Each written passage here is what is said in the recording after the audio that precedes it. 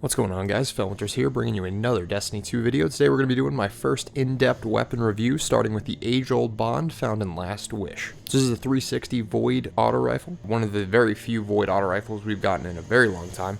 And it is going to be a top contender as a good PvE option if you need a Void auto rifle in your kit. Let's start out with the minor perks. For PvE, you're going to want to actually focus on reload speed. Most of the main perks on this gun don't actually benefit the reload, and the reload is a little on the slow side. So we are going to want to focus on reload perks, mainly tac mag, flared magwell, and a reload masterwork, just to get those reloads a bit snappier. For the barrel, you're going to want either arrowhead break to get that recoil direction to 100, and bump your handling, or you're going to want small bore to give you that little bit of extra stability and range. Now, in general, this gun is a fantastic Void primary, but let's talk about the perk combos that take it to the next level. For the first combo, we've got, of course, Dragonfly Kill Clip. This is the purely offensive roll. Doesn't require a Void build to be good. It's just shoot, shoot, shoot, kill, kill, kill, make things explode, rinse, repeat until everything's done. I think this is a good workhorse weapon at base. Again, you don't need a specific build to actually make this weapon function. It's just going to do what it needs to do. 360s have intrinsically really good range among auto rifles, which means that this thing is going to be fantastic in GM content.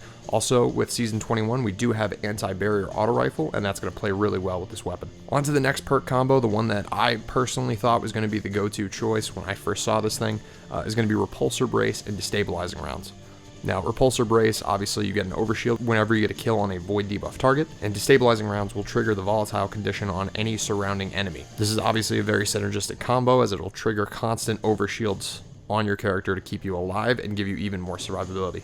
You combine this with Devour, and you're basically unkillable. This is the prime role for specifically survivability. However, this season in particular, with artifact mods giving us overshields whenever we pick up Void Breaches, Repulsor Brace is a little bit weaker this season than it will be in future seasons. That being said, a note on Destabilizing Rounds, it is one of the better perks to get enhanced because it decreases the internal cooldown between volatile explosions. This is going to be very useful for ad clear and just generic play, so I highly, highly recommend if you're going to go destabilizing, get the enhanced version on this perk. But I think the best role for this gun, the one that I'm actually keeping on me, and the one that I do use still, is going to be Dragonfly with that enhanced Destabilizing Rounds. Dragonfly obviously will trigger an explosion whenever you land a precision kill, and then of course this will trigger the volatile conditions of Destabilizing Rounds on all surrounding enemies, leading to the biggest explosions. This is a pure Void build style weapon, unlike the Dragonfly Kill Clip roll, which is just a generic workhorse. This is specifically designed to pair in to a good Void build. You want to be making Void Breaches, you want to be getting overshields and Devour off those Void Breaches. You want to be leaning in, of course, with double or even triple surge mods to increase your weapon damage. You want to be using Echo of Instability to make sure you have volatile rounds, so that way you can do chain explosions, and then Echo of Expulsion on top of that to make those explosions bloom into even more explosions, allowing this auto rifle to be a chain reaction ad clear machine. I think Dragonfly Destabilizing is the way to go with this gun. I definitely recommend. It is worth your time to go get the patterns from Last Wish and give it a craft. The final thing on this weapon is, of course, its origin trait, Explosive Pact, and this is one of the best weapons for that trait. Essentially, what this origin trait does is when you throw a grenade, for 8 seconds, Explosive Pact shows up on the screen, and it gives you a small bump to stability and reload. Now, if you don't get a kill with your grenade, it's probably somewhere in the ballpark of 5 to 10 stability and reload. It's not that noticeable. However, if you do get a kill, it'll be Explosive Pact times 5, which gives you a massive bonus to your reload and stability, closer to, I would assume, about 30-ish to both stats, which is fantastic. It also synergizes well with Echo of Instability, which we're going to be using to get volatile rounds for our gun with those grenade kills. So this is a really good synergistic perk. Speaking of a perk this gun is desperately missing, of course, is Demolitionist. I really wish Demo was on this gun, either in the left or right column. It would have had good pairing perks with both. Unfortunately, we don't have that to get extra grenade energy. Thankfully, even without Demolitionist, on Warlock and Titan specifically, you can very much build into getting your grenade cooldown back incredibly quickly and be able to rotate grenades to keep your instability going, to keep those volatile rounds flowing. For the PvP side, on the minor perks, we definitely want to get to about 100 range.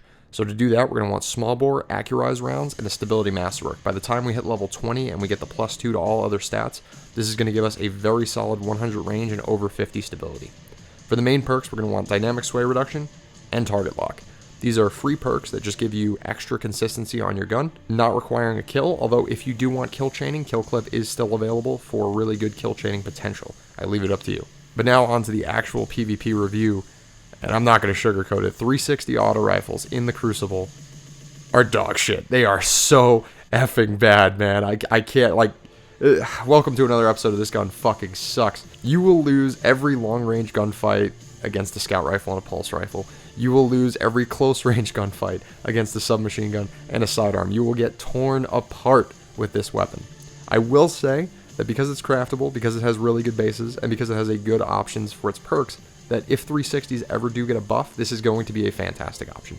However, until that happens, this is not a PvP weapon, unless you want a meme, unless you want to challenge yourself to try and get kills with a crap weapon. I would stay away from this thing in the Crucible at all costs. But if you want to, go ahead and knock yourself out. Once again, though, this weapon is a PvE beast up there with things like Unforgiven and Funnel Web. I definitely think this is worth adding to some of your Void builds. It synergizes quite well with them, and it will be a good staple weapon in those Void builds going forward, not only in Season 21, but for the rest of the year as well. So I definitely recommend this. This may not be the top of the list for Last Wish weapons to go get, but it is definitely on the list of top 5 for me personally. And I highly recommend going to grab this. I am going to be doing some Void builds later in the season with this weapon, so stay tuned for that. With that being said, I think that's pretty much it for this video. I hope you guys enjoyed it. Leave a comment down below if you did, or if you think that there are other roles for this gun that I may have missed. This is Felwinter signing out, and I'll see you guys in the next video.